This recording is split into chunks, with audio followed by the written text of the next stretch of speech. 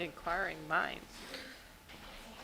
Okay, I'd like to call this meeting to order and recognize that we are gathering on the unceded traditional territory of the Comox First Nation, and we are grateful for their care and stewardship of this land since time immemorial. Can I please have a motion to approve the agenda? So moved. Second. Thank you. All in favor? Thank you. And there's adoption of the minutes of the Committee of the Whole and regular council. So moved. Thank you. Second. Thank you. All in favor? Thank you. And committee minutes. So moved. Second. Second. Thank you. All in favor? Thank you. And delegations. Come on up, Sue. Cumberland Food Share Program, you're first. Thank you. Welcome. You're welcome to sit or stand, whatever you're more comfortable doing. Just make sure that you're in the mic so Zoomland can hear you. Is that good? That's good. Okay, I never know how close to talk. Hello, Mayor and Council. Thanks for having me here today. I was looking forward to giving you all an update on our Cumberland Food Share program. So as most of you know, CCSS is a registered charity. We've been operating in Cumberland for 23 years. We work to strengthen our community by improving access to healthy food, recreation, lifelong learning, and a network of support. Our programs really focus on building community and ensuring that all residents have the support they need to live healthy lives. So we operate out of the school, and we work closely with the school admin and staff, but we're a separate entity from the public school system. Our society is currently run by a 10-member volunteer board of directors, myself, the executive director, and a team of support staff. So we really work hard to provide programming that meets the needs of all residents. So over the past 23 years, we've adapted and increased our program offerings in an effort to meet the dynamic and changing needs of our community. All of our programs are offered on a low fee or no-cost basis to ensure they remain accessible to everyone, regardless of their socioeconomic status.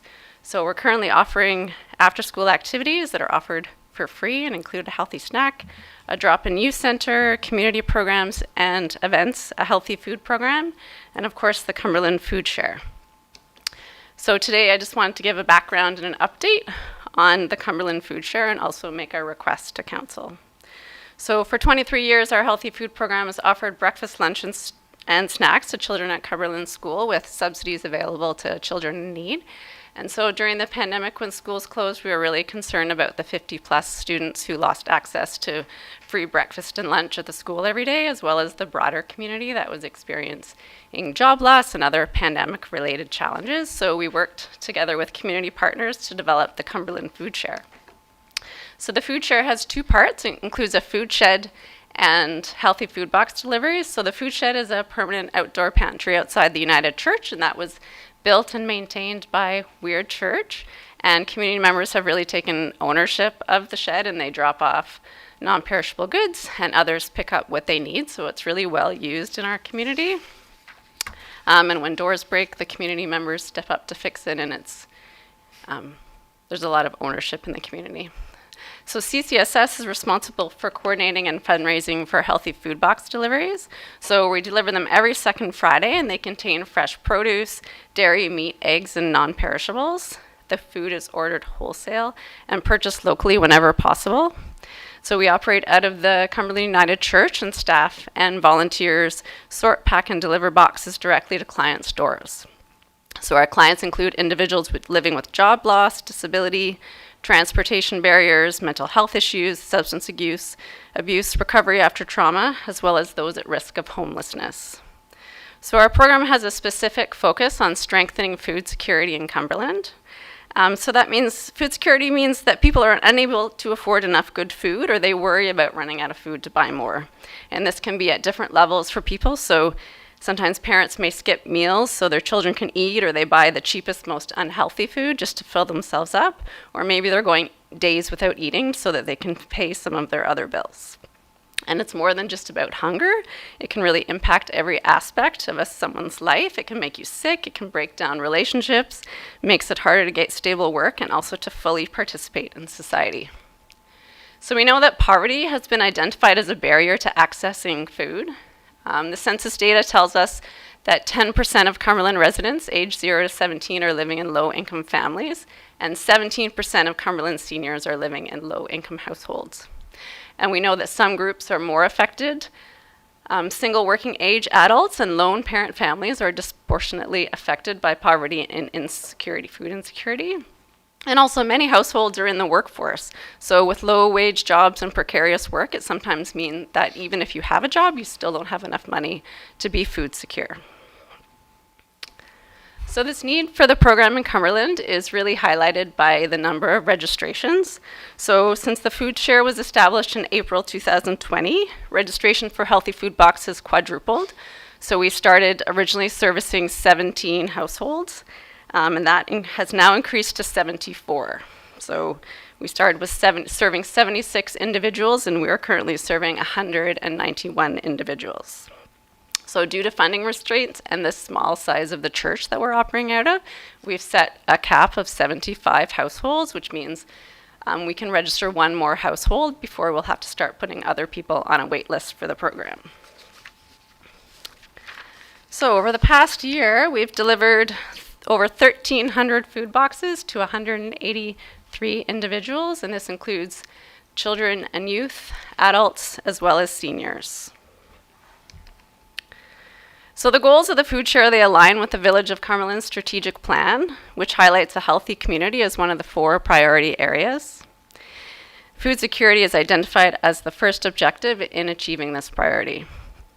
In a recent report called Beyond Hunger that was published by Community Food Centres Canada, Canadians who experience food insecurity describe the effect it has on all aspects of their lives. It has a negative impact on their physical and mental health. It affects their relationships with loved ones, it isolates them socially, and can create barriers to finding and maintaining employment. So having access to good, safe, and affordable food is really essential to being healthy.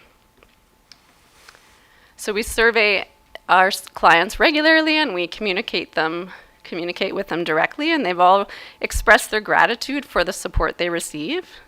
Our participants have indicated that the program provides a sense of security for families who have experienced job loss.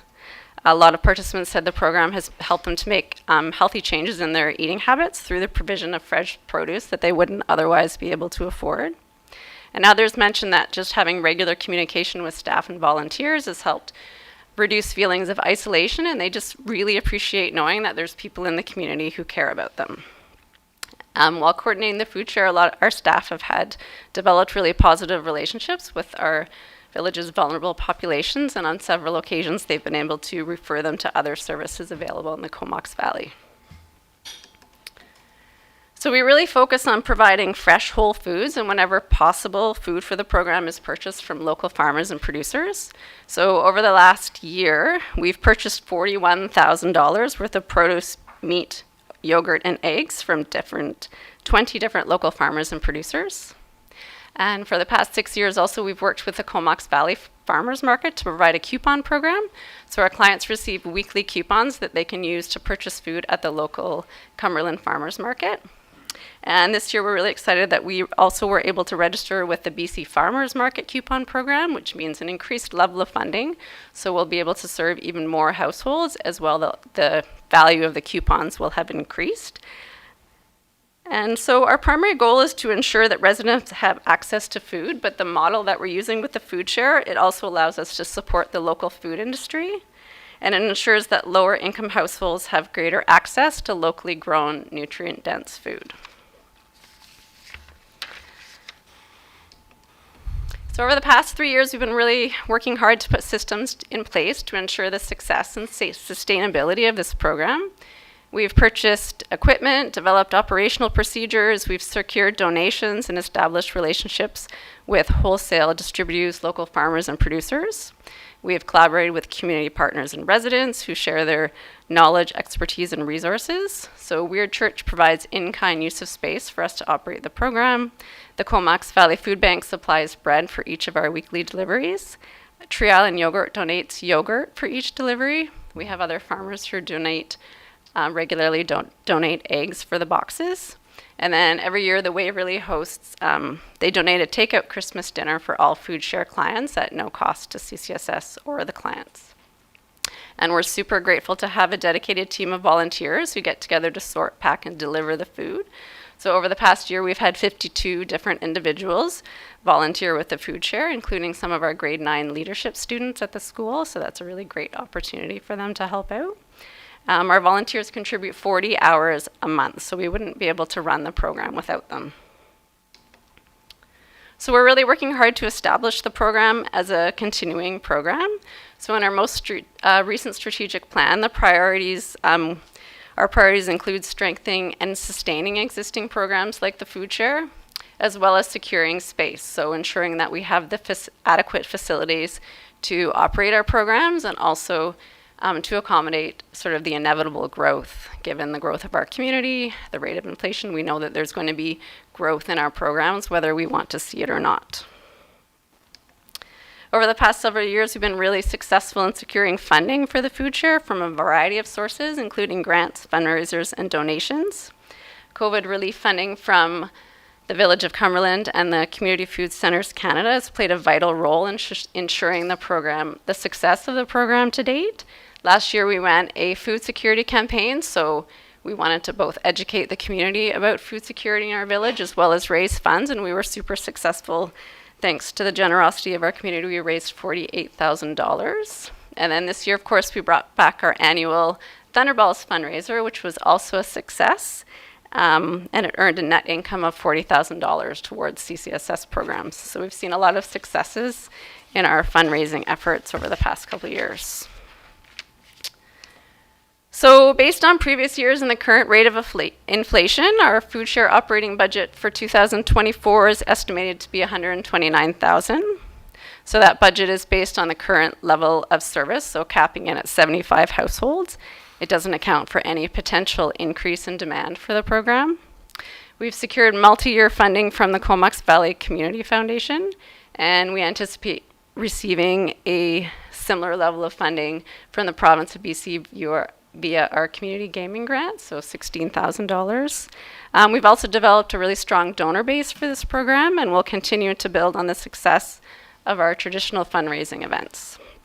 So we've secured 90% of the funds needed for next year, which leaves a deficit of $13,000. So on behalf of CCSS, I first wanted to say thank you for your contributions to this program to date. Over the past 3 years, the village has contributed $71,000 through COVID relief funding to this program, and we wouldn't have been able to continue providing food box deliveries without that support.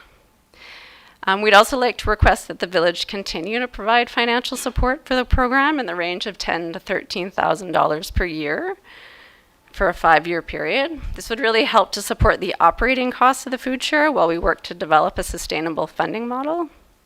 And in addition, a multi-year financial commitment from the village is just indispensable when we're trying to leverage funding from additional resources. That just knowing that we have the support of the municipality is extremely helpful in leveraging those funds.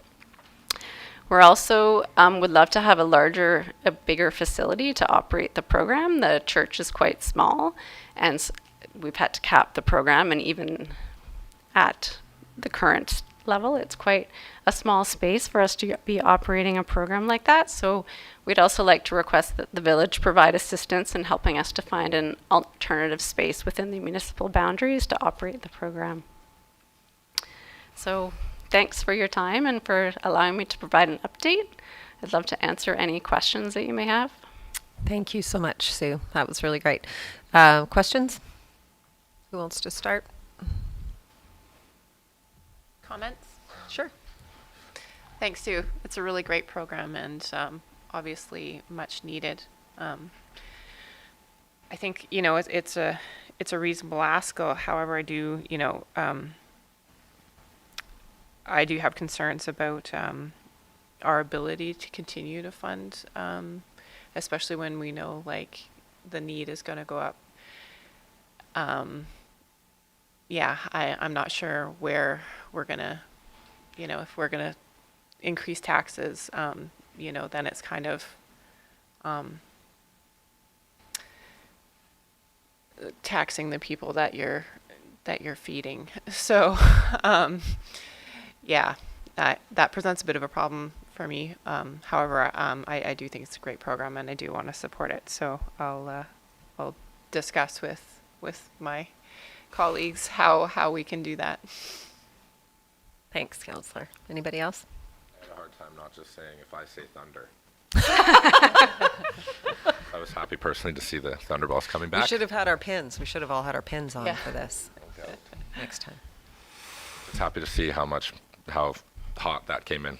48,000's a lot of money and the most so far, so that's great. Yeah. And seemed like the most attended as well, I think. So. Yeah, it was very well Everybody's attended. People ready for seemed the pretty Thunder. excited. Yeah, thanks for everything, Sue. Go ahead. Thanks so much for everything you guys are doing up there. I'm just curious, has any, you mentioned maybe starting a wait list. I'm just wondering, has anybody come off the program? Yes, so we capped it at 75 like a few months ago, and actually every time we've had a few cancellations and a few more people join, so sometimes Okay, good. that So- does happen, yes. Okay, so we are seeing some people managing to Yeah. to work themselves off of it. That's awesome. There are a few people that use it just as an interim measure when they've sort of lost their employment or they're having a hard time, Fair and enough. they get themselves back on their feet and they cancel their food box. Awesome. Thank you so much. You're welcome. I just want to say thank you. I do echo some of Jesse's concerns, and maybe we can be creative with staff coming up with that extra 10 grand. But and it is, it is a bit of a chunk of change, and Yeah. it would come out of the tax base at this point.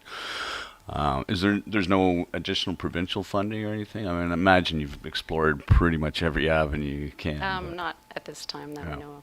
Okay. Okay, thanks. So yeah, I wanted to pass on my congratulations. So I don't know what I'm looking at your financial, your revenues and expenses thing, and I see 29,000, but I bet it was quite a bit below that when you started this program in 2020, and you've managed to grow that to 45,000 in donations. So that's awesome. And the same gaming's come up. Like I see this program getting traction in the community, and I think the more people that find out about it, the more that I think the community will come together to support it in the long run. And I hear your need for. We've been in that space, and it is very small. Yeah. So yeah, we'll have a look around and see what we can find as well. And thank you so much for doing this, for starting it in the first place, and going out on that limb and keeping it going for our community, because it is really important. I really appreciated your comments about food security in the report to us, that even buying local is a broader piece of food security that you're doing with this program, and I really appreciate that work. So thank you. Thanks. Can I just ask one question? Yes, you can. If someone were to become a monthly donor, Yes. how much would a monthly donation, like for a food box for a family, be So approximately? depending on whether for a family, it's like $75 to $100 per box. And that's per month, or is that? So Twice that's a month. for one delivery. So for twice a month, it would be $200. So $200. So $200 to sponsor a family at your local food share. Thanks. Thanks. Thanks, Sue. Okay, and can we have a motion to receive that delegation? So moved. please? Thank you. Thank you. All in favor? Okay, and unfinished business, Comox Lake Lower Perseverance Conservation Lands. Are we going straight to, do we need to talk about it? Do we want to talk about it? Do you want me to talk about it, or do you want you to talk about it? Well, staff kind of felt like this was more just straightforward if you wanted to Yeah. make their recommendation, but we can also come back with a report if you'd prefer like that. But at this point, this is staff's recommendation, but. Okay, so we did hear about this in the last committee of the whole, so if council's ready to move forward, there's a recommendation there. Sure. I'd like to move that the following village-owned properties be considered in the conservation plan. The approximately 1.1 hectare parcel of land north of Comox Lake Road that forms part of Coal Creek Historic Park, PID 025477366, and the 0.64 hectare property adjacent to Comox Lake, PID 006689256. Thank you. Seconder? Second. There's, I think we skipped the first part of that recommendation. Oh, sorry. And that council directs staff to engage in the Cumberland Community Forest Society Comox Valley Regional District-led Comox Lake Lower Perseverance Creek Conservation Lands planning process. That's a mouthful. And report back to council with a draft conservation plan for consideration. Now we need a seconder. Second. Thank you. All in favor? Thanks, Jessica. It's a nice catch. Thank you. Okay, and we have correspondence from both City of Courtenay Councillor Doug Hillian and Angela Fletcher from the Coalition around peer-assisted care teams. And there's a recommendation there. If anyone has questions, I will try to answer those questions. But it's in your package there. And I would like to add to the recommendation, sorry staff, I should have told you this first, that we include a request that the mayor actually fill out the online support form for the Comox Valley, because there is an urgency to the timing on this. And they've basically given us the information we need to fill out that form, and it's just an online form.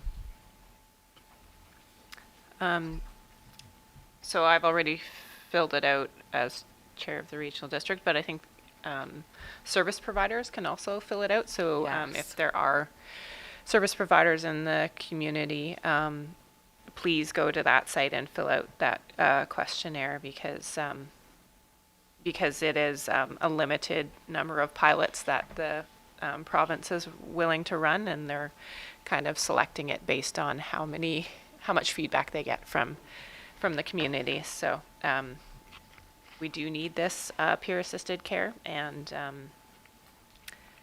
it would greatly help if those that can fill out the survey. So we'll have it from the City of Courtenay, from us, from the regional district, and then all the service providers as well, and potentially Town of Comox. I think it went to everybody. Any questions or? No? Okay. Somebody want to move that recommendation? I'd like to move that council receive correspondence from Comox Valley Coalition to End Homelessness regarding urgent mental health program support request. And request that the mayor fill out the online support form for the Comox Valley. And that. Seconder? Thank you. All in favor? Excellent. Thank you. Thank you. Okay, reports. Wastewater upgrade project, phase 1 and 2 budget update. Come on up, Paul, and give us the really bad news. Usually so happy to see Paul. All right.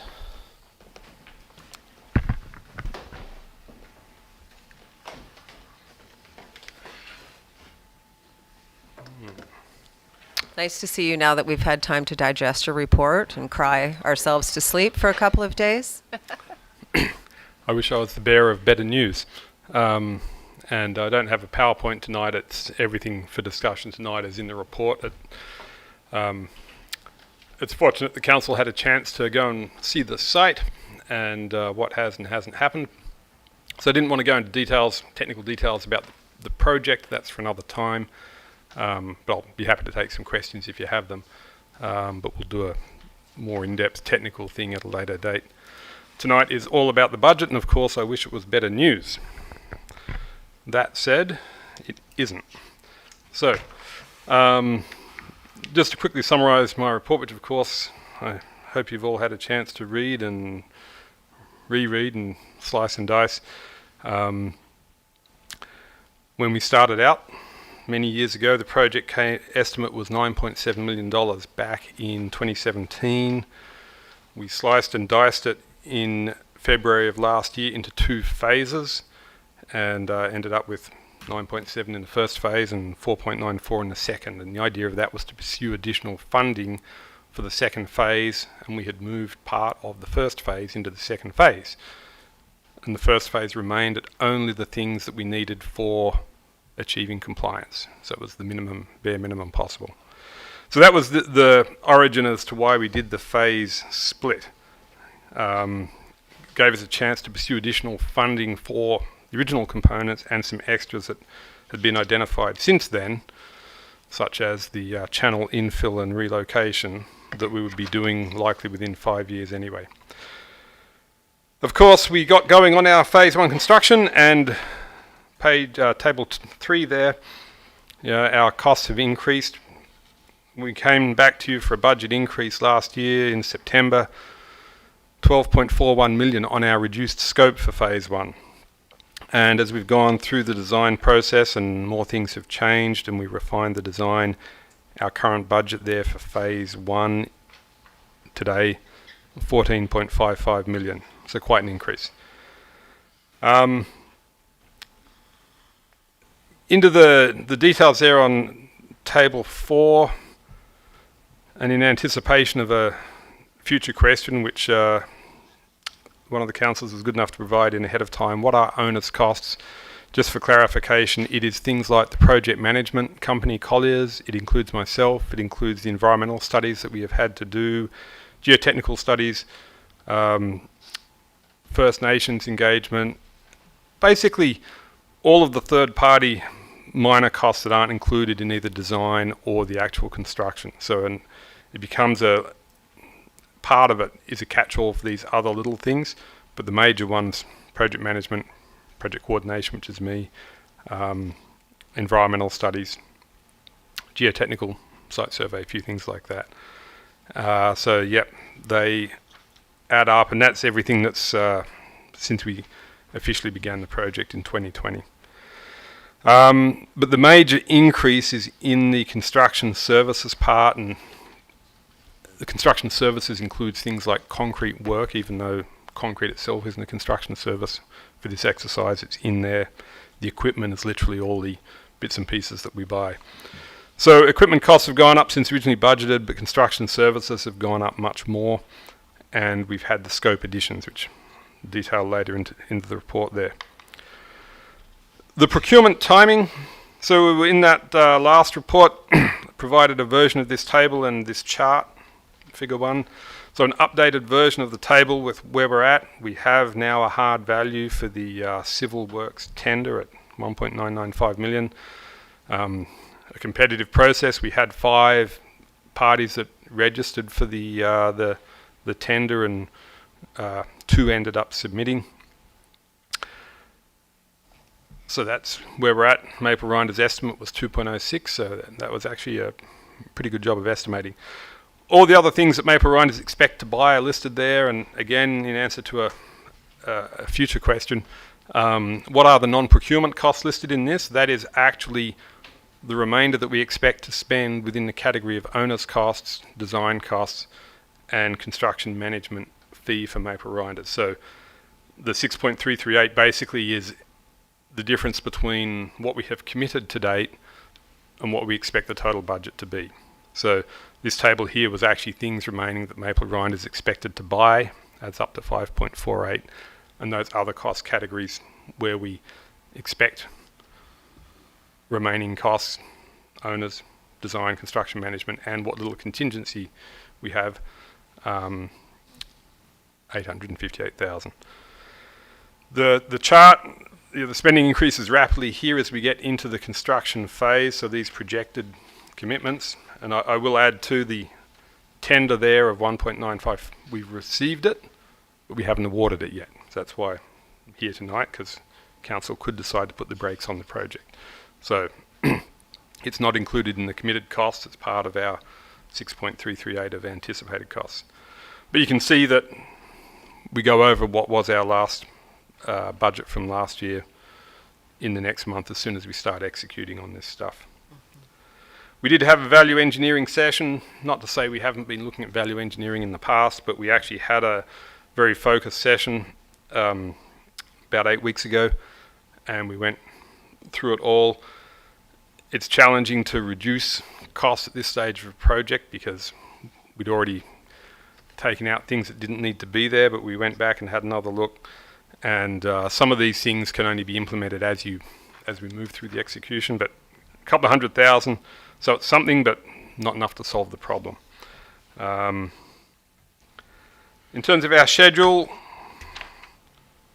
figure 2, the bar chart, key thing is shovels in the ground in next quarter, which next quarter actually only begins in a few weeks' time, but and then completion literally within 12 months. So a lot of design time for a bunch of reasons, but the construction will move pretty quickly.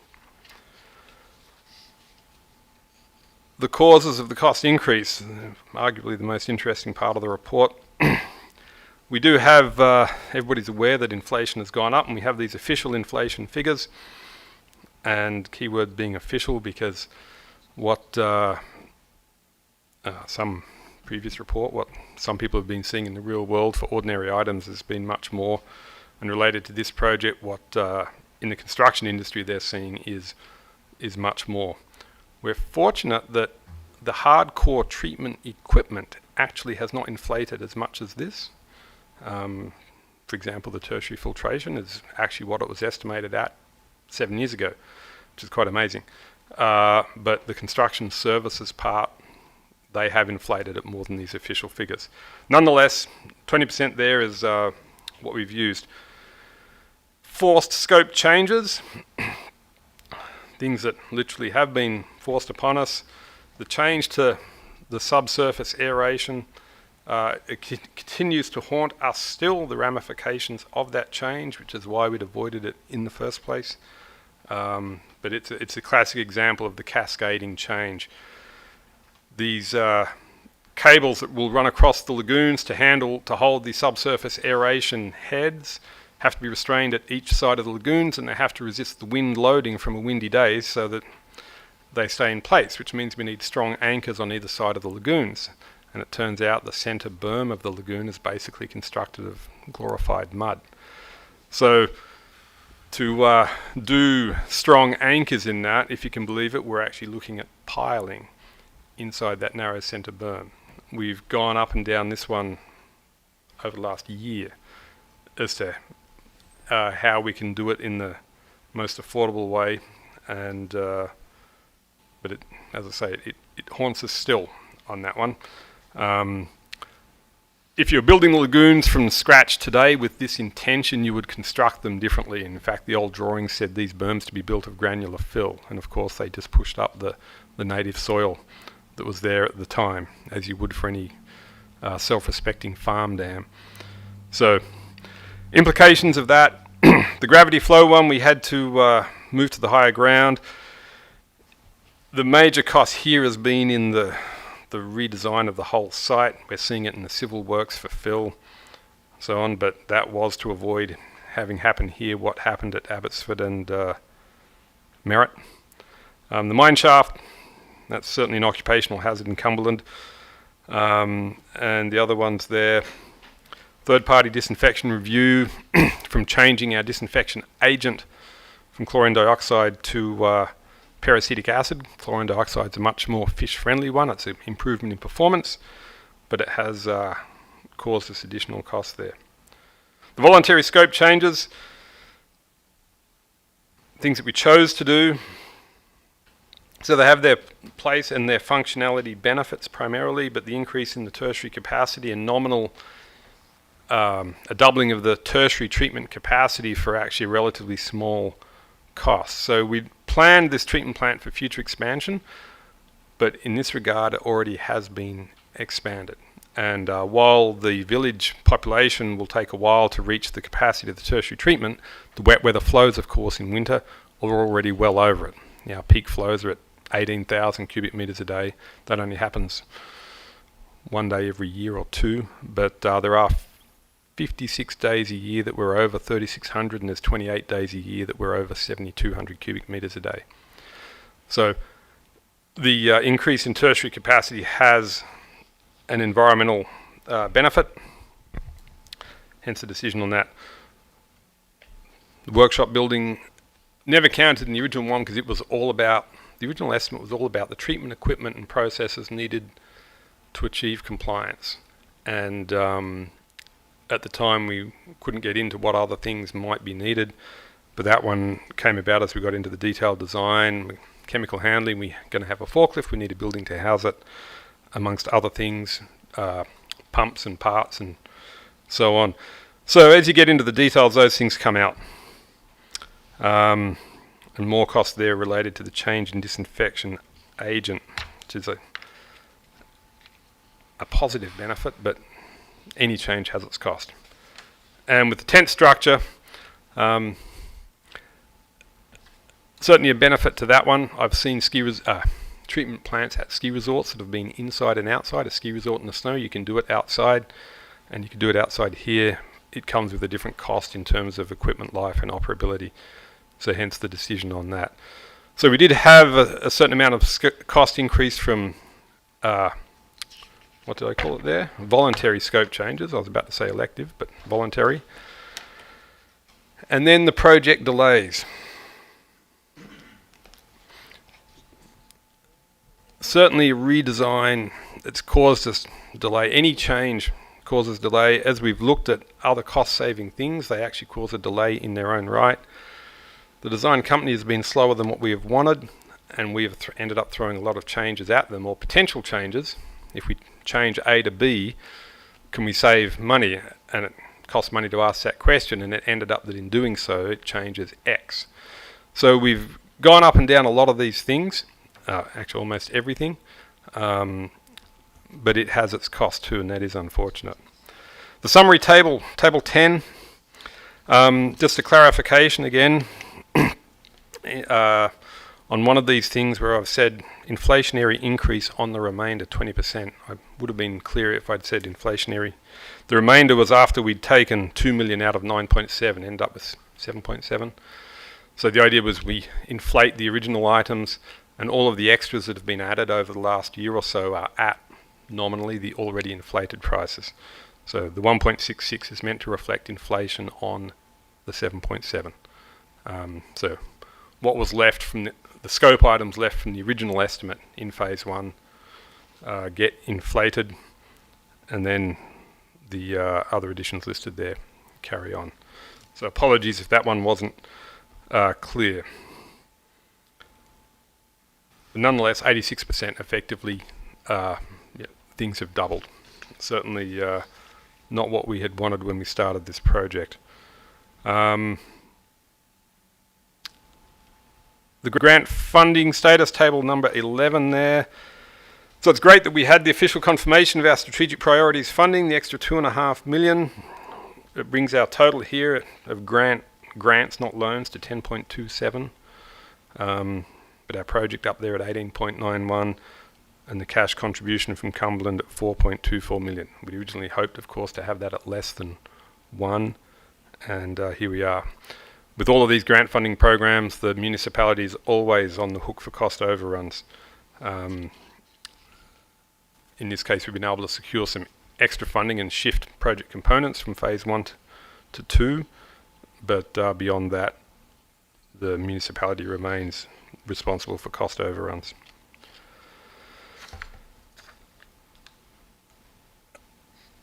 I'll draw the line there on phase 1, and we'll take questions at the end of the report. But for phase 2, page 47 there of your agenda package, it's great that we got the extra funding for that. We have these 4 components, 2A and 2B, the reed bed and tertiary filtration, shifted out from phase 1,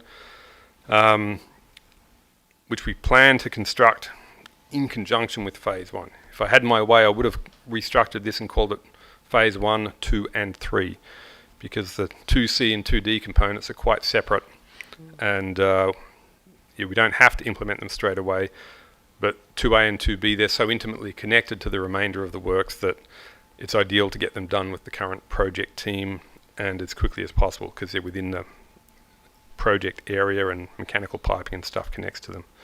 So that's the intention with phase 2. 2A and 2B are sort of half of it, 2C and 2D form the other half, and because 2D is to infill the channel, you can't do that until we create a new channel first, which is 2C. So that's the logic there.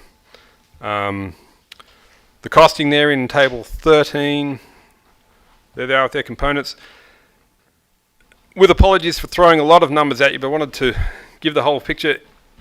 Pre-construction of 2A and 2B, there's a number bolded there, 650,000. That was what was authorised last fall by council as a pre-construction budget for 2A and 2B so that we could get ahead and design it in anticipation of constructing it along with all the phase work. So that money was approved. It's been committed. It hasn't all been spent, but it's been committed, and that includes the full design and effectively owner's costs for 2A and 2B. So the construction part there, you can see, actually, so we have 85 in owner's costs as we go into construction, none for design, that's already committed. And we carry on. So the intention here was that if council really wanted, you could delay on 2C and 2D,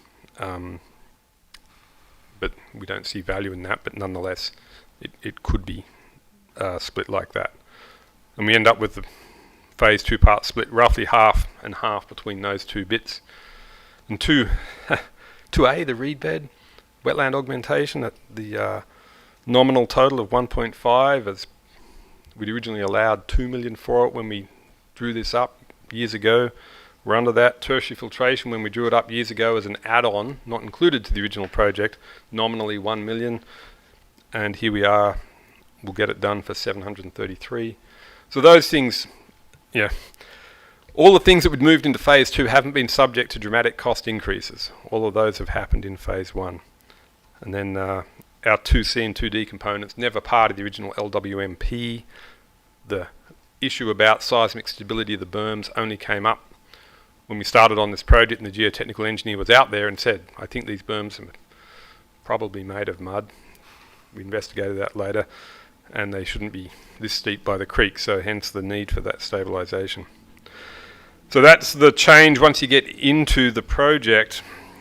I've always said it's the equivalent of renovating a house. Once you open the wall, you find stuff you didn't expect, and in this case, with that centre berm, it's the equivalent of foundation treatment on the house. It is quite frustrating, but that's the price of not building a whole new treatment plant in concrete. Phase 2 cost control, and apologies here, there's a typo, because table 13, there's two table 13s, of course. The second one should be labelled as table 14 on the top there of page 49. So the text refers to as detailed in table 14, and the title says 13, but note that error, should say 14. So our cost control there, 2A, the reed bed, we will work to budget. It's where we have some discretion, and we're exercising that in how we execute that part of it. We'd always said originally we do $2 million worth of work on reed bed and wetland augmentation and no more. And here we are down at 1.5, and we're holding to that. Thankfully, from the field trial we've got real-world hydraulic data on how this reed bed should perform. So that was actually money well spent to define what it is we're doing today. So we've been able to manage to that partly because of what we did a couple of years ago. The filtration, the equipment cost is the main one. We put it out to tender. We got bids back. We're asking them to hold their price pending this authorization. But the actual equipment cost is the major part of that one, and it is what it is, so deterministic. 2C, we've got some discretion. And 2D, the channel infill, it actually will be a relatively simple one, and it'll be whatever it ends up being. We can't really control that one too much. So 2 of the 4 parts, we have some discretion, and we will continue to exercise that. The intention here is to move forward with the design of 2C and 2D, and then we can estimate them much better and work out what discretion we do need to exercise, and we can bring that one back to council once we have embarked on that process.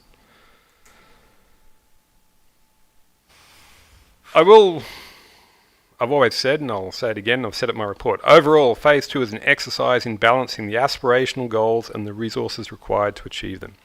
All the mandatory things are in phase 1. We're under the consent order from the Ministry of Environment to get into compliance by the end of 2025. That's what phase 1 is all about. So the part we absolutely have to do is where the cost increases are. The part that Cumberland has chosen to do for all these nice extras is actually doing pretty well cost-wise. Normally you'd wish it was the other way around, so you could choose to, these nice things you might say will delay them or so on. But anyway, this is the way it came in. The strategic priorities funding allowed the 2C and 2D goals to happen. That channel seismic upgrade would need to do it sooner or later. The funding allowed us to do it sooner. And I think phase 2 actually is in fact a good balance in that regard. The alternatives, council may choose to approve the additional expenditure up to 2.14 million to increase the budget, or may direct staff to bring back further information before considering a budget increase. That of course is why we bring these decisions to you. You do actually have an option, which has its own implications. I think the financial implications session, I won't actually speak to that for fear of misinterpreting what Annie has said, but I'm sure you've all read it, so happy to take questions on that. In fact, happy to deflect such questions to her. My part is regrettably why we need the increase, and that part is on how we do pay for it and eventually pay it off. And with that, last comment, the poster that I presented to GMF attached to the report there, for that one didn't put cost information on at the time, but it is just the story of how these two major changes happened and the counterintuitive result that building climate resiliency actually makes us use more energy and increase the carbon footprint of this project in order to make it perform against the revised conditions that we experienced. Certainly when we were doing the development of the project in 2017, neither the extreme wet weather then and certainly not the extreme hot summer weather had been experienced. So we were designing for the conditions of the day, but those conditions have unquestionably changed. And with that, I will conclude my report and happy to take any questions. Thank you. Thank you so much. Who would like to go first? I can go. Thanks, Paul. I know it's never good to be the bearer of bad news. It is hard to read it, and I guess I do want to hear from staff about the financial implications and where we're drawing the funds from, and whether we need to go back out to public at some point or if we're good. I don't know if Annie wants to comment on that.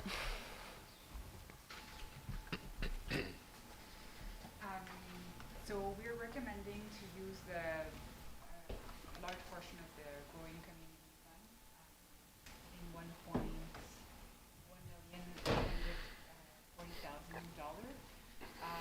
And then actually I need to mention before on page 16, I just want to point out there's a little mistake in the sewer and water infrastructure assessment reserve. The sentence read that the reserve level is sufficient to level for an additional $240,000. Oops. And it should read $300,000. So the resolution is correct, but the wording in the report, the number in the report hasn't been adjusted. So staff is suggesting to use $300,000 from the reserve to fund the remainder portion of the budget overage. So at this point, we're not increasing the need to borrow. And let me see, I've got some notes here. So borrowing remains at 4.4 million. And then we would have a total of, so the entire project would be funded that way. 4.4 million, the village portion, $4.4 million from borrowing, 2.1 million from DCC, and 1.84 million coming from that money we received from the province. I mean, there's other options out there. We could use that, using more from the reserve, we could borrow from our reserve, but then we'd have to come up with a plan to repay that amount we borrowed from the reserve, which would be equivalent to a certain point to borrowing from MFA. I mean, it would be probably result in increase for taxpayers. And there could be potential to use a little more from reserve again. We have DCC money, so 2.5 million has been transferred at the end of 2022 to the sewer reserve. And from that amount, 2.1 million has been committed so far to phase 1 and phase 2. We are suggesting to use 300,000 at this point, leaving another 100,000 available of that money. So there's an option to use the entire balance left, $400,000, and reduce the amount that we are taking from the Growing Community Fund. So there's different options out there. So I'm not sure if that answers your questions. That does help clarify. Thank you. So the 4.4 that we originally got borrowing authority for, we don't need to go above that at this time because we can use Growing Community Fund, DCCs, and do internal borrowing if needed. Is that correct? Well, at this point, that's not what staff is recommending, but we could look into that if council wants to go that route, yeah. Okay, thank you. Anybody else?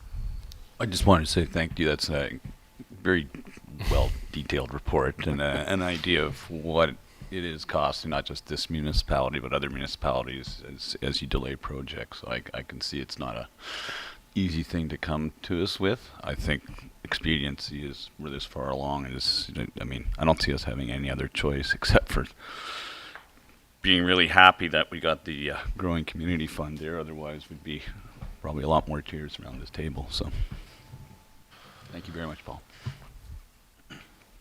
Well, I'll just say a similar thing. Nice to see you again, Paul. But yeah, this is the increases are definitely the hard reality of our life these days. And from 2017 to now, 6 years have been pretty crazy times.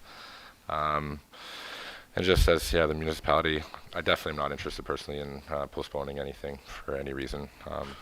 As we learned with our fire hall, we made the decision to build that, and then years later it would just cost a couple more million, just even a couple more years later. So we've learned that lesson. So yeah, I support the budget increase and powering through and getting this project finished. Yeah, thanks, Paul. Yeah, Councillor I've got a Turin? few questions. What other municipal projects are experiencing similar? I went online and I found St. Paul, Alberta, and they managed to build theirs from 2018 to 2021 and with a 50% increase.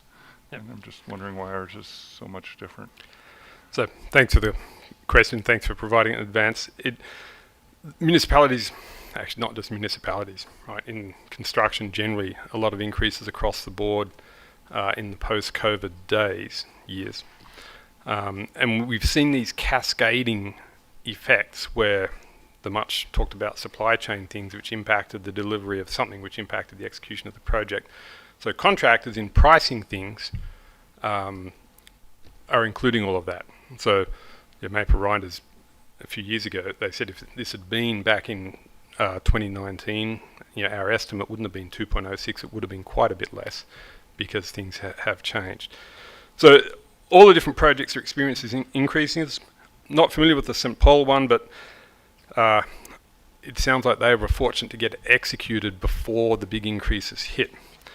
But the closest example, geographically, that I'm going to refer to as Powell River. So Powell River, very similar to Cumberland, spent almost 20 years on their liquid waste management plan. When they built their membrane bioreactor treatment plant in 1998, they actually started planning for what would happen when it needed replacing. And they'd been at their LWMP for a long time. In fact, Powell River and Cumberland and Capital Regional District collectively each around 20 years for their planning. In 2015, they actually finalised their LWMP, and the official estimate at the time, 22 million for a treatment plant and 27 million for the total project, which was some conveyance and other work. So that was what was in their LWMP, and that's what went into their borrowing bylaw authorised by the LWMP, year 2015. They went ahead and designed the treatment plant. They got some funding to do that, which was great. And then when the bids came back in 2020, the treatment plant, originally estimated at 22, came in at 55 million, and the project in total was at 70. They did make a change to the scope to decide to connect the Wildwood area. They originally had 3 treatment plants. The idea was to consolidate 2 of them into one, and the third would stay alone. They made a decision to consolidate the third one as well, which originally estimated another 3.5 million, but that went up. February last year, the treatment plant was then estimated at 61, and the total project was at 89 million. And earlier this year, project nearing completion, and the total is 99.7. So there's the best local example of it really reflecting the post-COVID construction era. A huge increase from the time of estimate, 2015, to the time of bid, 2020, going from 22 million to 55 for the treatment plant, so more than doubling on the same scope. And then since then, as they went into, it had been completely designed, and it was effectively a greenfield site. This one's a renovation, so we're cheaper than doing a all concrete new construction. But as with any renovation, you have the unknowns, which has come back to haunt us. Off the top of my head, Tofino had when they completed their LWMP, the original estimate was in the order, I believe, of 30, and when they got expressions of interest back, the numbers were in the order of 50 to 60 million. And I'm actually not sure where that one is now, but significant, more than double from the LWMP estimate to what came in. So here, our LWMP estimate to where we're at today, best I can slice and dice it at 86%. We're not as bad, but equally we're not far off. So a long-winded answer, but I hope that provides some context. No, thank you. Thank you. Couple other questions, though.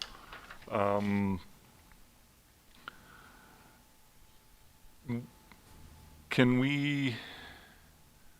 There's no way to move funding from phase 2 to phase 1? We've effectively already done that. You can't move. You can't move funding. You can only move scope. So we actually applied for an official scope change to delete the reed bed and wetland augmentation out of phase 1 and shift it to phase 2. And because we knew that that would get approved, we were able to apply for funding for phase 2 on that basis. Right. So we moved scope out of phase 1, reduced the scope, but kept the same amount of funding. And then for phase 2, which we applied for, those 4 components, it's just been approved. We can't, we could try to de-scope out of that, but we need to make a... That was my next question. Are all 4 components part of the funding scope, or can we drop the last 2 and just... We would have to go back for a scope change, and the way that they work it then, they look at your revised scope and basically do a reanalysis. If you'd applied for that, how would it compare to all the other projects that got funded? And in this case, the Part 2C, the channel relocation and the stormwater wetland, innovative and environmental beneficial components, take them out, and our ranking would go down, and quite possibly they'd say if you do it like that, then there is no funding because you wouldn't have been approved. So that's always the challenge with these scope changes. They're very clear that they reanalyze on the basis of the reduced scope, and we'd identified that 2C in particular, it scores a lot of points on their funding matrix. That's why we got the funding. So yes, it's... So the part we could actually function without is the part that's actually being paid for. The icing on the cake is what actually helps get the funding. And that's the reason, the way these funding programs are done, they want to push the municipalities into moving in these directions. That's why they say if you do these extra really good things, you get extra points on the funding application. If you're just replacing old pipes and plants that treatment plants you should have saved for in the first place, not so much. So it's, yeah, it pushes us in that direction. If you want the money, you have to stretch a little bit, and we are. I think we're just fortunate that those parts, seeing the inflation that we have on the original. Okay, and then one final question, and I guess I'll ask the hard one. What happens if we stop work on the project and go back to the funding bodies and say we just do not have sufficient funds to complete? Because it's actually $4.4 million in borrowing, and then another $4 million that we've got to come up with through growing community funds, DCC funds, etc. So it's over $8 million from village coffers that we're coming back with. So there's a couple of ways to answer that question. Actually, if we go back to the funding agencies, I think the answer is going to be, this is the funding. We've already given you the scope restructuring, to help, and beyond that, and you're on your own. The province will also say, you've been given the growing community funding partly for that reason. Because the municipality ultimately is always on the hook for cost overruns. More borrowing is a possibility, and while it's undesirable, it's a possibility. There are ways to do that, but one way that Annie did not mention, it is an option for Cumberland if there needs to be more money borrowed in the future. That can be authorised under the Stage 3 of the Liquid Waste Management Plan as an alternative to elector assent. Not to say it's a way of avoiding going to the people, but the original idea of these liquid waste management plans, it's not just a strategic plan for wastewater, it is a financial and regulatory instrument with the province where to solve this wastewater problem you come up with this plan, identify the costs, and you've had extensive public consultation, and the ministry approves the borrowing bylaw so that the municipality that doesn't have much money can afford to do the works required. That's the principle. The ministry, by the way, can even order a municipality to do a liquid waste management plan and implement the results. Effectively what they did with Capital Regional District, and put their foot down when the treatment plant was rejected a few years ago, saying, nope, you have to do it. And that's why you've been given the borrowing authority. So for Cumberland, we'd completed stage 2 of the process, identified all these costs, and because we're out of compliance and under a consent order, move ahead to get money and execute it. Normally you'd finish stage 3 of your plan, as Powell River did, and then execute. So in completing stage 3, we could actually say the costs are now this, and that extra money to be recovered, authorised as borrowing under an LWMP instead of a electoral assent process. It's an equivalent thing. And then your options for how you pay it off back to the normal parcel tax and possibly through revisions to DCCs. So that's a second long-winded answer I've given you, but I hope that's given some context. So basically there isn't a way to stop the project. We can stop the project. There isn't a way, I don't think there is a way to get more money out of the funding agencies. We can stop the project, but I don't think that has value, and we are under the consent order. And effectively I was going to say exhausted all the grant funding options. That makes it sound bad. We've taken advantage of all the grant funding options we've been able to. We haven't missed out on one back in 2016, but since then we've got everything we have asked for, and there's nothing left to ask for, unfortunately. Okay, well, that answered Thank my you. questions too. 2016 Thanks. was a big one, though. That was 2016, by the way, just for context, the funding application at the time was for a $21 million project to build a brand new concrete above ground treatment plant, mechanical treatment plant, and decommission the lagoons. And in retrospect, I'm glad we didn't get that, because we probably would have been in a Powell River situation that was based on estimates as to what those things were at the time in 2016. And if it was estimated at 21 back then, we'd probably be looking at 55, like you mentioned earlier. well, Yeah, anyway, or more. substantially more. So, yeah. Thanks. So thank you again for the information and for walking us through understanding it and wrapping our heads around the position we're in. It's not pretty, and this is what it costs to do big infrastructure projects in a small community. So there is a giant motion there. If anyone wants to All right, I'll dig in. take that on. Yes. Can I ask that we move the motion to explore alternate fundings rather than committing? It may come to the commitment of the Growing Communities Fund at some point, but I would like some time for staff to see if there are other alternatives rather than committing the entire $1.8 million right off the bat. Council? No, I wouldn't support that. I don't think this is what it's I don't for. support that either. I'd like to move forward personally.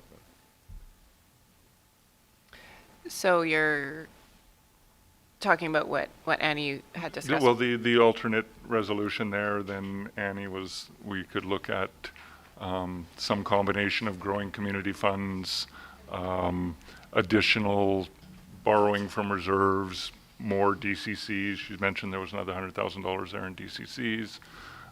Some other combination of where we don't basically spend all of the remaining growing community funds, because some are already spoken for.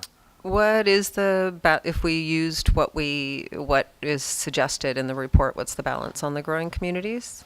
And would we be using it right away, or can we continue to generate that interest for some time? I would, yes, absolutely, would continue to generate, I think it's $11,000 to $12,000 of interest per month. And I think at this point, I had that in the report somewhere, I think it's just over $300,000 that would be left. Okay. But we could, I think something that council could consider tonight is maybe using, instead of the $300,000 left from DCC, using the $400,000 left from DCC, and then 1.74 from the Growing Community Fund. So that could be something to consider as well. What are the implications of using all of the DCC reserve?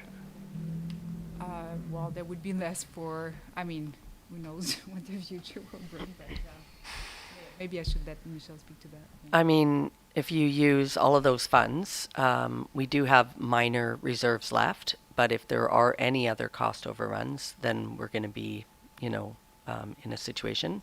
But if we, at that point, I guess council would have a few decisions. This does include another $750,000 contingency, right? No, the contingency amount that we have here. It's $250,000. Okay. So our total forecast cost to complete plus 250 is what it is. Yeah. The project manager, as they always do, recommended more because more contingency is nice, and the decision from staff here was like this, and for the project team, we'll do our best to work within that, of course, and hopefully not have to come back for more, but it's a possibility. Also, if I may, just while I have the floor, just to draw a distinction here with a proposed change to the motion. Recommendation number 1, that council approve the additional expenditure up to 2.14 to be funded through those two dot points. If you want to change the way it's funded, there's discussion on that, but approving the budget increase, of course, is Key. its own thing. The pricing we have both on the tertiary filtration equipment and the civil tender, both of them, the 30 days is ticking. So I'm just suggesting if you want to explore different ways of how it's paid for, my request is to separate that from the actual budget approval. Thank you. I feel like we should probably go with the recommendation and leave that 100,000 in the DCC reserve. I have the feeling that it will be needed in the future, and if we take those growing community funds and spend them on something else and use that reserve and then need the reserve later, that'll present a problem. So I think I'm more comfortable going with the recommendation as it stands. Okay, well, I'll move the council approve the additional expenditure of up to $2,140,000 to increase the budget for Phase 1 wastewater upgrade project from $12,410,000 to $14,550,000, with $1,840,000 to be funded through growing community funds and $300,000 to be funded through sewer and water infrastructure asset replacement reserve. The council approved an increase of $1.6 million of the Maple Grinders contract to proceed with purchasing and construction of Phase 1 of the project to the extent of the newly authorized budget. The council approved the expenditure of up to $3,710,000 for the Phase 2 wastewater upgrade project, construction of Phase 2A and 2B, and pre-construction and construction of Phase 2C and 2D. $2.5 million to be funded through the Strategic Priority Fund and $855,000 to be funded through the GMF Borrowing Grant Fund, and $355,000 to be funded through sewer and water infrastructure and asset reserve. And that council authorized staff to expand the scope of the Maple Grinders contract to include $1,515,000 to execute the first portion of Phase 2A and 2B wastewater upgrade project construction program. And that council directs staff to bring forward an amendment to the adopted 2023-2027 financial plan bylaw to reflect these expenditures. Thank you. Seconder? I'll second. Thank you. All in favor? Opposed? Thank you. Paul? Thank you, council. And so we're breaking ground imminently, hey? Yes. Okay.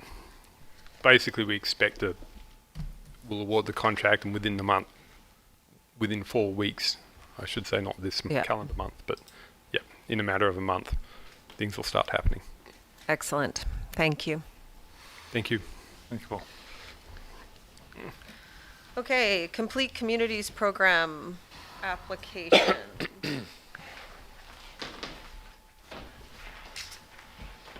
Hello. Nice to see you in person. Be here. Are you guys going to share a mic? You could probably. They can share.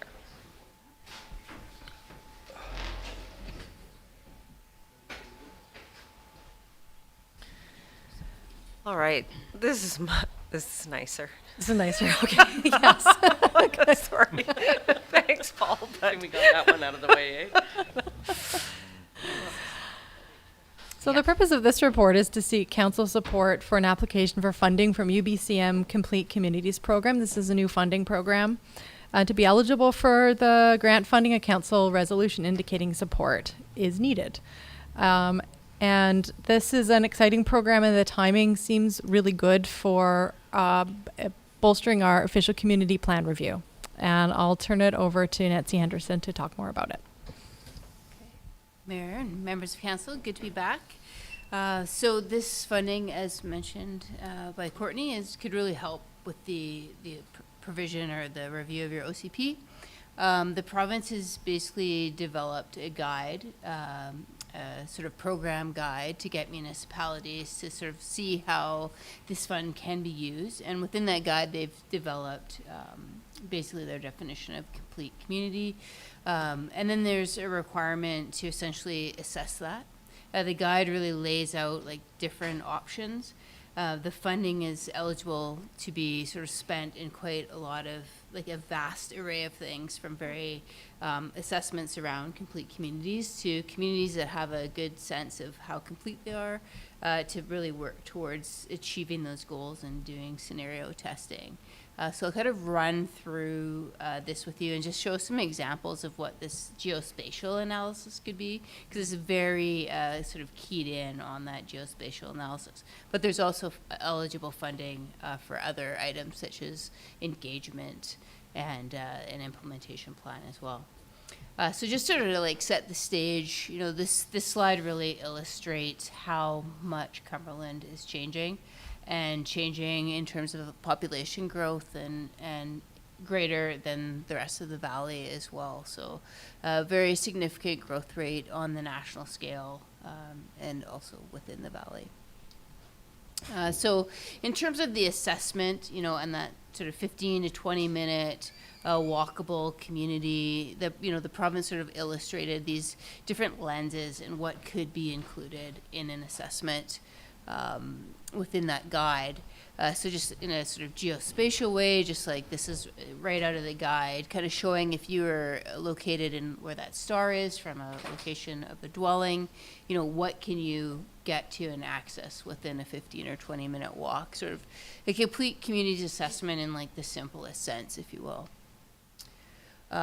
So about the grant, there's, basically $150,000 available for communities. It's really to help communities make better sort of evidence-based land use decision making, and it's something that a lot of smaller communities especially don't have the opportunity to do just because of budget limitations. So it's amazing what can be done right now through GIS and geospatial analysis, and even with like readily available, publicly available open data. So really it's just to sort of how can you support the moving towards a complete community by sort of reviewing the data and testing scenarios. One of the biggest issues with this particular funding is there's $10 million out there for the province. It's an extremely quick turnaround, so a lot of municipalities don't feel ready to apply. There is the intake, the application is essentially due next Friday. The applications, like most UBCM applications, I think you've seen a lot of those, they're fairly simple to pull together, and we feel like with our support that we can get her done. The risk of kind of pushing it off to January is if there is high uptake, there may not be as much money available. So it's recommended to, like, just to kind of crunch it out, get her done, and there's quite a high likelihood of success, we believe. UBCM will let municipalities know within 90 days, so basically knowing if that funding will be in place by September, which works well also with your OCP review, and all the work needs to be completed within 1 year. So the assessment process too, in terms of, we're not coming to you today, we're gonna have to provide an outline in the application as to what are we doing. But the nice thing about this grant, because you're kind of taking a high level approach at the application stage, is the funding allows in their prepare phase 1 component to really dive down and go, what are we trying to figure out? What type of scoping do we want this to cover? What's going to be the methodology? And you can sort of start narrowing it down based on the funding that's available and the data that's available at the beginning of this. So in the draft budget that we're preparing, we'll put some time aside for really that scoping. So what is it going to be? You can also meet with stakeholders and engage at that stage. And then you go into the assessment stage, which is sort of seen also to be potentially iterative, because you might start diving down. The other thing is, like, it'd be really great to do infrastructure analysis, but if you don't have the modeling in place as a municipality, that might be a $300,000 or $400,000 initiative for one infrastructure type in itself. So you kind of have to look at what can you do and what data is available to do this assessment. Digitizing data, or the purchase of non-publicly available data could also be fundable. So lots of municipalities are using like TELUS Insights and cell phone data to help as well for just assessing what's going on, like even in terms of transportation or pedestrian routes. It's amazing, and I've got an example on how that can help. But generally the province is really promoting the use of public available data. So you do that assessment, then you can, as I said, you could dive down. You could also create different scenarios, which I think fits quite well with the OCP. If you want to be more complete in terms of like more density close to downtown, you could develop, say, 3 different scenarios on what that could look like, and then you could go out to the community and say, what do you like about this scenario and not, and that type of thing, and use it as an engagement tool. And then develop an implementation plan, which is the final phase. So basically how, you foresee implementing change, which again, can really support the development of an OCP as well, where you might be carrying out some of those implementation actions.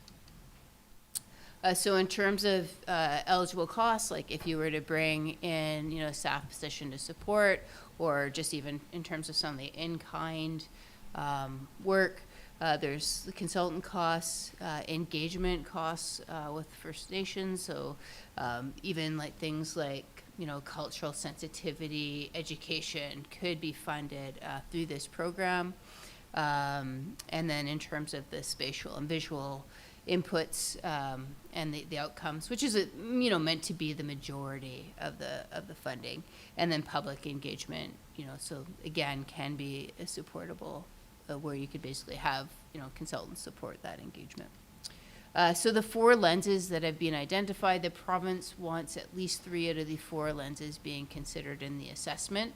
In terms of when we're scoping the work, you know, there might be an interest to really dive into housing, you know, as sort of beyond the initial assessment. And then, you know, some municipalities are kind of looking at, okay, if we want housing, but what does the infrastructure look like to support that growth, and kind of diving down. So you must look at least 3 of those. And some examples of like what these outputs could look like, just in terms of what is geospatial analysis. There's an example here from the OCP from Nanaimo, just kind of showing different land uses and core centers, sort of more of a basic land use approach. The other is utilizing LiDAR data, a building height analysis in Toronto, where the LiDAR data can kind of tell you how high those buildings are, and if they're meeting the zoning maximums or not. So you could also be looking at like underdeveloped land, so where you've got basically the building improvement ratio.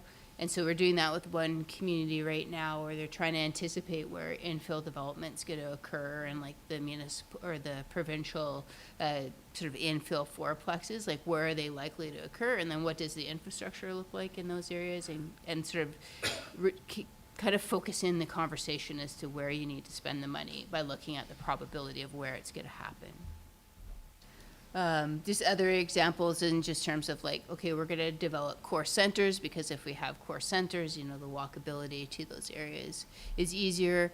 The Metro Vancouver and Equity Index is sort of looking at, I think, multiple like 25 or 30 factors around sort of inequity or equity, from education to salaries to crime.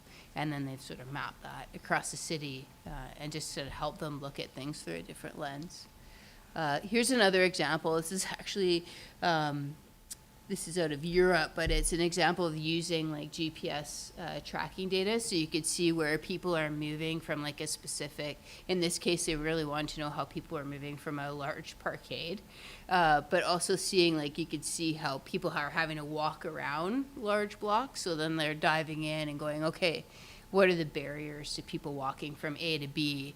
And then the third is like the design intervention. So that would be kind of like moving towards the implementation plan. But they got to this because of this sort of geospatial analysis. And then it's important to the province that there's strategic linkages to other documents. So the Clean Roadmap BC is something that the province put out to really link land use planning and transportation. BC Climate Action Charter, you know, is something that you guys have signed on to, but really with the idea of reducing greenhouse gases. And again, that's complete communities and walkability certainly can be a step towards that. And it's important as part of the grant that there's First Nations partnerships, and that you're reaching out to Comox to see how they'd like to be involved. And Courtney's already sent a letter advising that we're looking at potentially applying, and hopefully working with them and seeing how they'd like to be engaged in the process, which also corresponds with the OCP as well, on the importance of engagement at that stage. And then, you know, your OCP is identified in the strategic plan initiative. So we really see, trying through that scoping exercise, is how can this geospatial analysis best support sort of evidence-based decision-making with the OCP, sort of being a key goal. And then so the next steps If council has any feedback or direction that you'd like to provide in terms of the application, we'll take that into consideration as we bring this to completion in the next few days. And then we do need a supporting resolution to go in with the application, and hope to have that sort of turned around and on Courtney's desk by the end of day Wednesday to be submitted to UBCM by the end of the week. And that concludes our presentation. Excellent. Very exciting. Questions? Go ahead, Councillor Therrien. Okay. I'm not like most of this seems to be much more beneficial to larger cities. We are a 15-minute community. If I walk for 20 minutes in any direction from here, I'm walking out of town. So, and we pretty much know the things we need. We need affordable housing. We need seniors housing, affordable seniors housing. We need a new rec center with all of that housing on top of it, daycares. We need a park with a playground up in Kendall. We need bike routes back and forth, Courtney, to the. So what are we going to get out of this exercise? I mean, yeah. What kind of end goals are we trying to find with this money? Through the chair, I mean, this is where with the OCP and looking at like your future land use map and how that might change and where you'd like density to occur, and then maybe creating some different scenarios, or your trail routes, where would they be? How do you prioritize them? What's the benefit? So understanding that you are fairly complete and you have a pretty good idea in your gaps, in terms of like how do we best address those, or if you want to go, if the province is changing, which they have signaled that they're changing the legislation in terms of having fourplexes on every single family lot, what's the likelihood of redevelopment? Where's that going to occur? What does the infrastructure look like? What are the capital projects required to facilitate that? And then how do you prioritize those? Like this would just be sort of geospatial analysis to help you make those decisions. And then the engagement to also take those scenarios and go out to the public and test them, which is something that you would typically do in an OCP. But funding for your OCP is somewhat limited, so it kind of gives you the ability to essentially bolster some of the initiatives you were going to do. Okay, thank you. Go ahead. Yeah, I actually do see it as quite beneficial. Like we, have asked staff to do a transportation master plan, and there's still a lot of data gaps if we had that kind of information, like you showed us with the heat tracking or whatever. And UROC has actually shown us similar data that they've collected. I think having more of that, giving us a better understanding of the movement of people within the community, and then, when planned developments come in, how that would affect those movements, how we can improve that. I think that's really great information for us. And then, on the housing aspect, Councillor Therrien, you had brought up sort of a cost-benefit analysis of some of the developments that we're doing, and I think that would be also really good information to have if we could have 3 different scenarios about, the infill and density and what that looks like. And then again, the movement of people through those developments. I think that would be really great for our planning process. So I'm really looking forward to moving ahead with it. Thanks. Go ahead, Councillor. During our strategic planning, we kind of talked about ideally we would have a trail that circumnavigated the village. Like, is this the kind of thing that would inform how to get to those kind of end results? Yeah, I mean, you could certainly like map out where that trail would be, and then and also like connectivity, and then how that can improve, connectivity. Yeah. And then just kind of mapping out like how you would go about implementing that. I think this is pretty valuable just to have a bit of a roadmap to do some of those improvements in the future. If you have a document that's, we've already studied this, it puts it a little closer to shovel ready for any kind of grants that may come up at the last second, rather than having to go back. At least this gives us some supporting documentation, so it's valuable in that in its own. Yeah. Anything else? Yeah, just whip that up in the next couple of days, eh? All right. Need a motion? Yes, please. I would like to move that council receive the presentation from Nancy Henderson of Urban Systems, that council endorses the submission of a grant application to the Union of BC Municipalities for the Complete Communities Program, and that council support the Village of Cumberland utilizing the grant and providing overall grant management if the funding application is successful. Thank you. Second. Thank you. All in favor? Excellent. Thank you so much. Thank you. Okay, 2022 annual report. 2022 feels like so long ago. So it was 4:30. And that it lasted forever. And then it went it was long and now it's long gone. Do you want to walk us through this or? I can quickly Sure. just present the report. So, of course, your annual report is required by the province that all local governments produce an annual report before the end of June and have an annual meeting. But it's a really nice way to capture the work of council and staff through the year and look back at the strategic priorities and the achievements and successes for the year and for the term of the council as well as it wrapped up. So also included in the report is review of municipal operations and tax exemptions and grants issued by the village, and also of course the annual financial statements are included, and you've seen those before, but they have to be included in this report. So once council takes a look at it, you're welcome to let us know if there's any corrections or changes you'd like to see, and then we give notice, publish notice in the paper, and receive any questions and submissions from the public and bring it back to the 26th of regular council meeting. Thank you. All right. Any corrections or anything from council? I liked our picture. The in the road one? Yeah, Is that which this one? is rare. Kind of almost pulled that one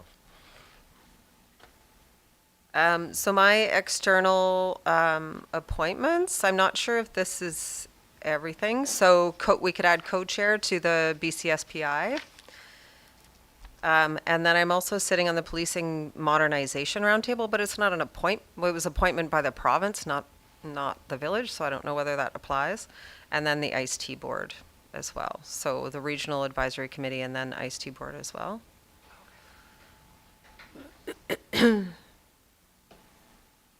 And then Councillor Sullivan is down on the Wastewater Advisory Committee, which I know we appointed him to, but now we're not having one. So I don't know whether we want to leave that because we did appoint it, or whether we should, it's a bit awkward. Also on the ECDEV. It's 2022, remember, right? Like, Oh, was there, That doesn't exist. but 2022 was it? I Does think it matter? Councillor Sullivan was appointed in November to the way. I think And it stayed through the whole liquid waste term. management plan was expected to resume in the spring. Right, and it's okay. been deferred to the fall. Okay. But the appointment was made, so we did include it. Yeah. Okay. Just don't want anyone Good with thinking you, whatever happened. yeah. Don't want anyone Strike it from- thinking, hey, you're on, what's Strike that it from committee the doing? record. Okay, I didn't find anything else. Did anybody else? I like the photos, thank you. They're really good.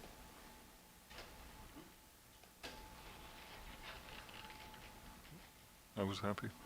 Okay, so there's a recommendation there. I'd like to move that council give notice that council will consider the 2022 annual report and submissions and questions from the public at the regular council meeting of June 26, 2023. Second. Thank you, all in favor? Excellent. Strategic plan. Okay, I can give you a little overview of the process, but basically the purpose of this report is that it has your council's strategic priorities for 2023 to 2027 attached to it, and it is to present it to the public, to the community. That's what this is for. So basically, council developed and finalized its strategic priorities for the total term in your office for the next 4 years. The plan can be reviewed, and council does wish to review it once the OCP is completed. And the plan was developed over a number of workshops and finalized in closed meetings. And basically, the vision and values that guide the plan have been revised by council.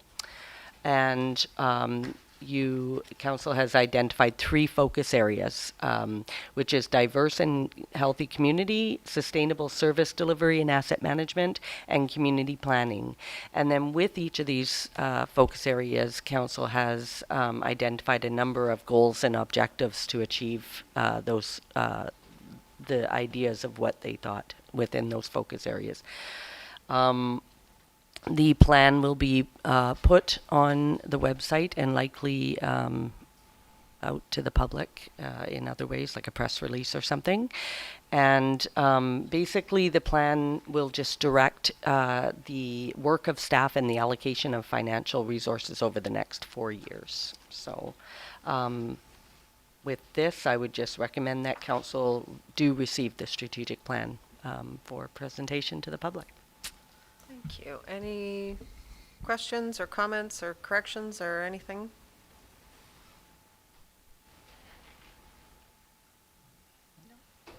Alrighty. I will move that council receive the 2023-2027 strategic plan report. Second. All in favor? Unanimous. Thank you. Okay, monthly reports. That's me first. I love going first. What do I want to? May. When was May? So long ago. Maybe I'll just talk about the. So May obviously was a long weekend and it was fabulous, and it always is. So that was really great. The Plan Your Community Street event, OCP and Master Transportation Plan consultation was really, really well done. And I would encourage the community and everyone else to do the survey that is still on the website. It's a bit tricky to find, but it is findable, and I have posted it on the bulletin board as well. And I did attend a webinar, as did Councillor Kettler, on at the very end of the month on why local governments are suing fossil fuel companies, which was, were you there as well? I was Nice. there as well for that one.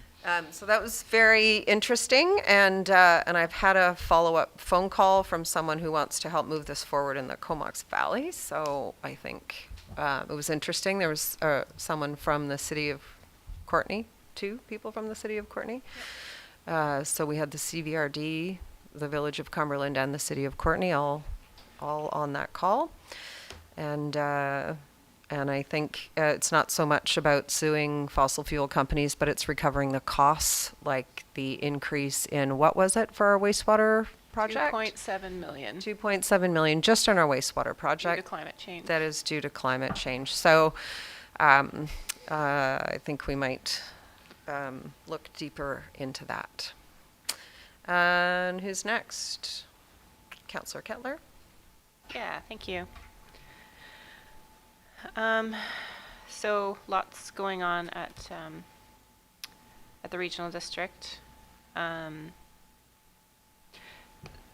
So the Island Corridor Foundation, many years ago, I don't know exactly, maybe 2014, we had committed some funds to go toward the restoration of rail for the Island Corridor Foundation, but the provincial funds never came through back then, and so the regional district had just been sitting on $392,000 commitment just in a reserve fund waiting to be used for that. And at our May 9th meeting, we canceled that and are looking for ways to use those funds for something else. And and yes, and the Island Corridor Foundation is in quite a state, and the province is hoping to push forward some kind of planning process in the next year. So still ongoing with that. The regional growth strategy, I wanted to tell you guys that we voted to do a minor amendment for the regional growth strategy instead of a major one. And that's because we feel that the goals and objectives in there still ring true for us, and there's a list of stuff that needs to be tweaked in the report there, but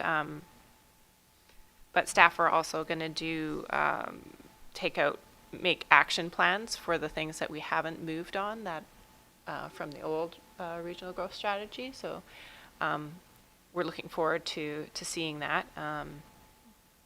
You know, they'll pick those key things that we need to work on and create a plan to make something happen so that we're actually fulfilling all those goals of the regional growth strategy. So that's what we're doing instead of doing a full amendment, is doing a minor amendment, tweaking some things, and creating these action plans. Yeah, we did the elected officials forum on May 16th. We went over the Recreation Commission's capital plan, and then we also had presentations from each of the municipalities and from the regional district on their most current project.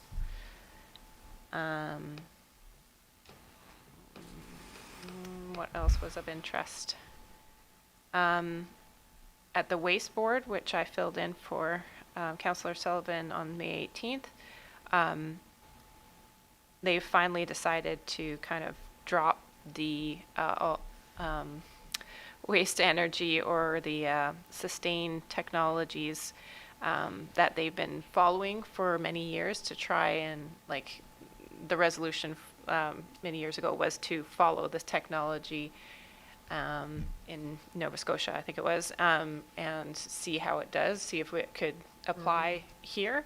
And after many years that the technology is not doing so good, I guess. So we're kind of abandoning that, and I don't think we're going to explore alternative technology, or there was no proposal to continue to explore alternative technologies. And I should let you guys know that Campbell River asked for a continuation of their host amenity agreement. As you know, the landfill portion of Campbell River moved to Cumberland, so all of the solid waste is coming here, but we are sending our food waste to their composting facility. They have a new composting facility in Campbell River, and so they were seeking not necessarily a full continuation of the host amenity monies that they're receiving, but some compensation for the facility that they do have and will continue, and that was voted down. But I wanted to let you know that I did vote in favor of it, but it did get defeated.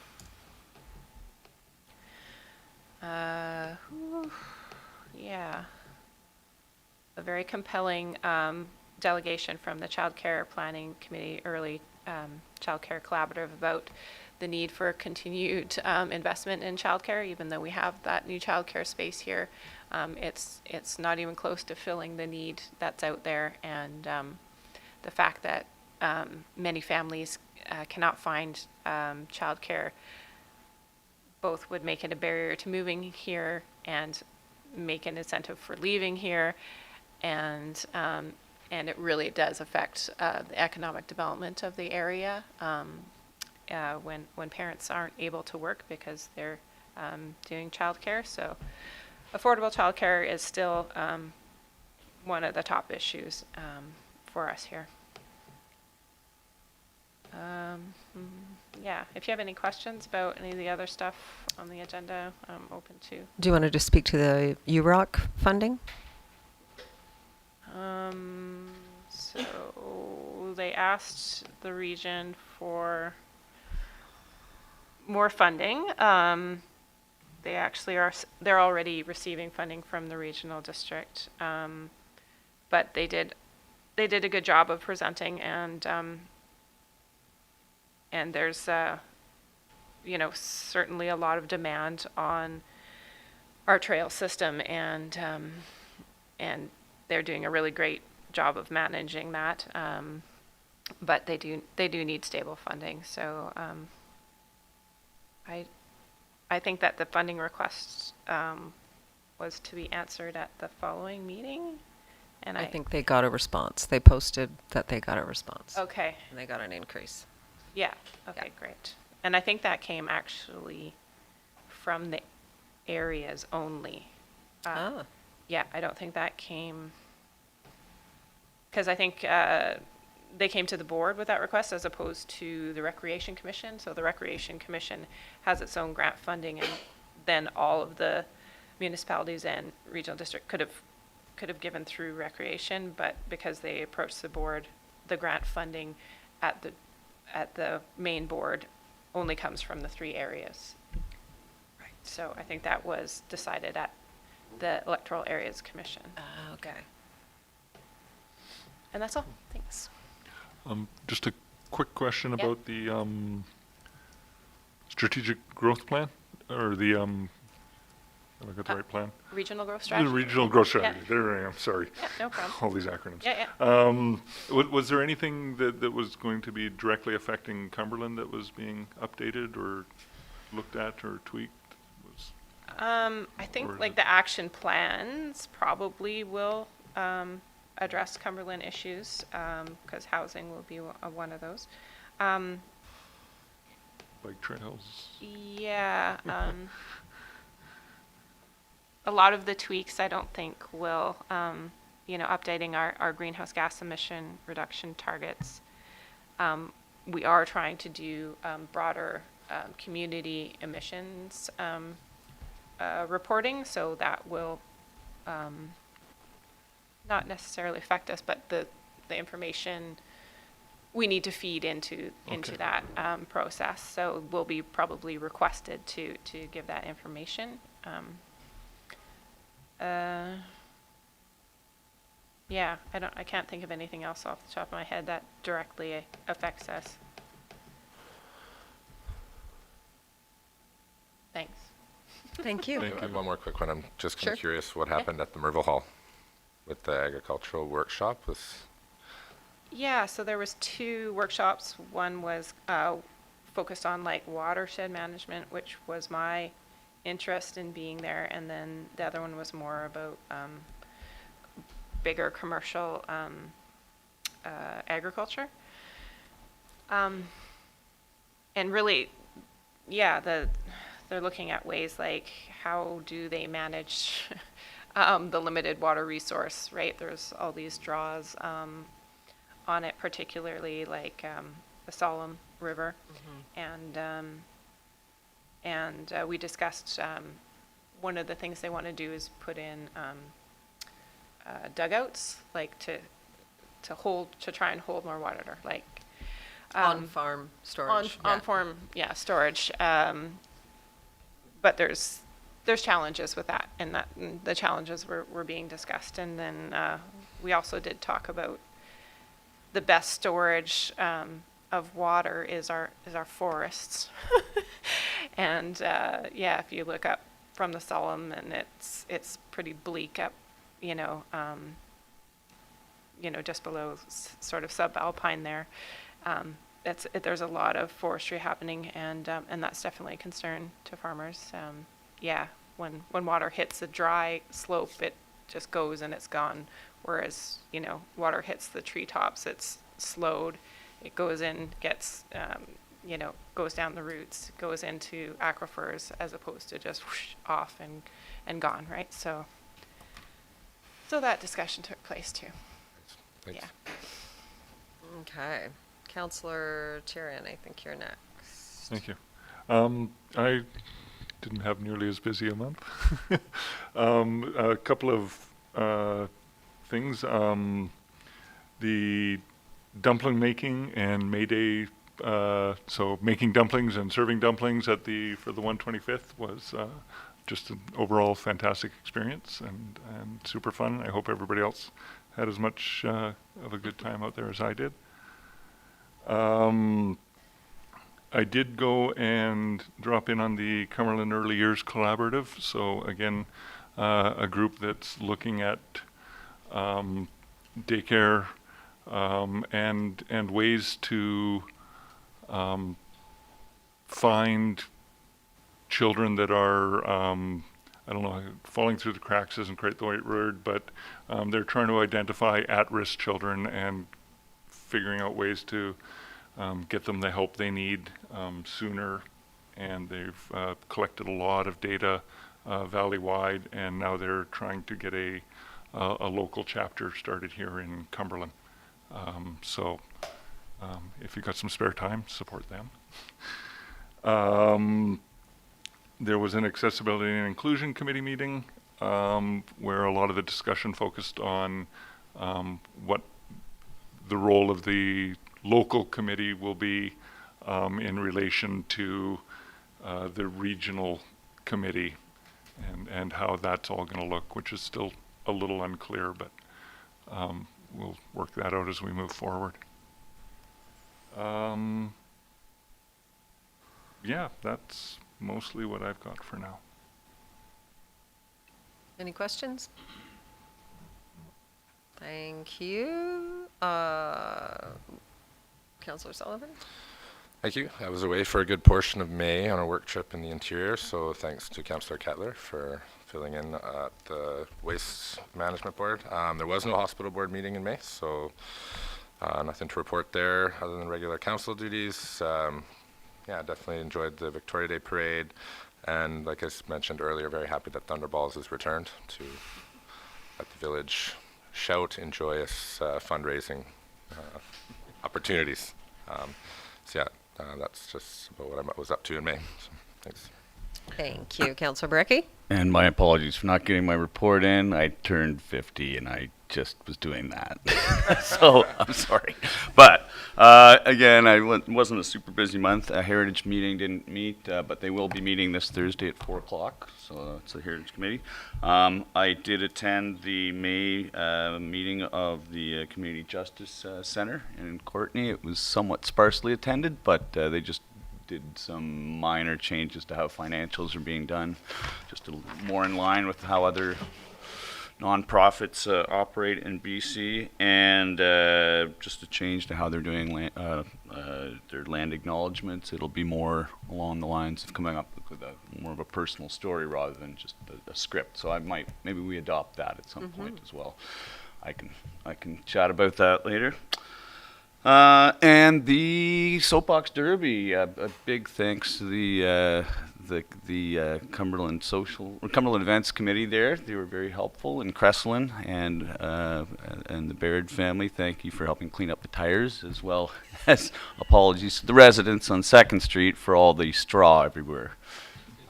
There were no injuries and some very happy kids, and there was even a rather dirty race at the end between a couple of the councillors here. So, not going to say anything more about that one. Oh, and there is one last thing here, sorry. This happened now, but it was the Physicians Recruitment and Retention Task Force. And, we are up to 93% of the residents in the Comox Valley are now attached to a doctor, with about only 4,600 people looking for one. And the life, when they've been doing some of the recruitment, the lifestyle here is cited as one of the biggest draws. There's 4 doctors have been recruited in 2023, as of yet, and 5 more are confirmed. And we've also had 4 site visits by new physicians potentially attending here. Currently, there's 14 full-time postings open, 6 part-time postings, and 12 locum. And locum are, I believe, if you're just you're attending and taking over for somebody like a substitute teacher for doctors. So things are going pretty well here. But we're out of budget for lunches, so anyone who's wants to maybe take a physician on a walking tour or something like that, I do have contact information and let them know that Cumberland is open for business, and we'll take them around. And actually, seems to be more valuable than a pre-canned demonstration or something, or lunch. If you just take somebody about and get to know them and maybe take them biking or whatever their interests are, that really is a big effect on physician recruitment. So yeah. Thank you for attending that meeting. I was not able to be there. Okay. Where are we now? Bylaws. Oh, move receipt of those, please. Reports. So move. Second. Thank you. All in favor? Alrighty, now bylaws. Development application procedures number 1187 2023. We don't need to do this again, do we? We've seen it a few times. I'll move the council adopt Thank the you. development application procedures bylaw number 1187 2023. Second. All in favor? Carried. Fees amendment bylaw 1188 2023. I move that council adopt the fees amendment bylaw number 1188 2023. Second. All in favor? And that is carried as well. Notices, motions, and announcements. So Heritage Committee is indeed on June 15th at 4 p.m. right here.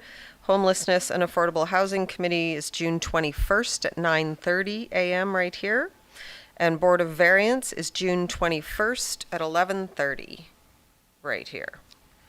Questions?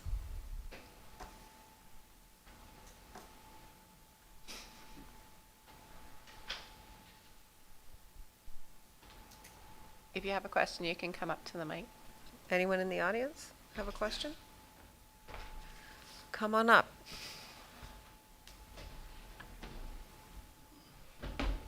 Evening, Mayor and Council.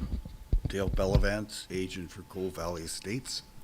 I read a post online yesterday. Yes. That you were going to review the APC referrals tonight. Was that incorrect? We reviewed them in our package, and we approved the receipt of those minutes from the APC. And thank you, and when would we see those comments from the review? That is a good question. I guess that's up to Courtney, and she is no longer here. Oh, there she is. So how does that work, Courtney?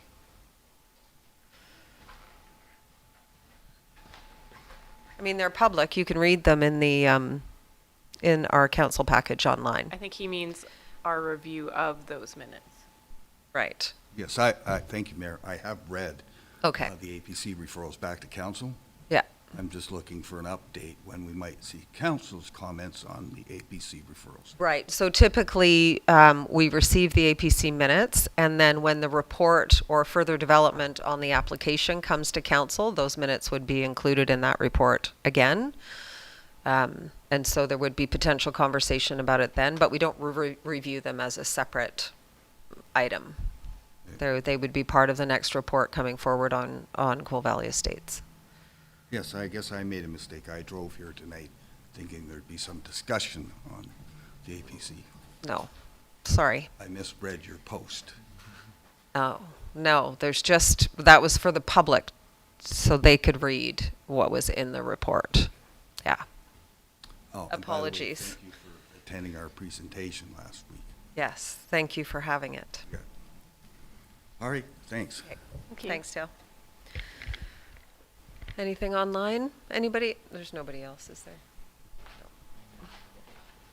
There's Nothing? one question Okay. by email regarding UBCM grant for planning. If it is obtained, will the stakeholders that staff referred to in the presentation be the community and not just a few selected people?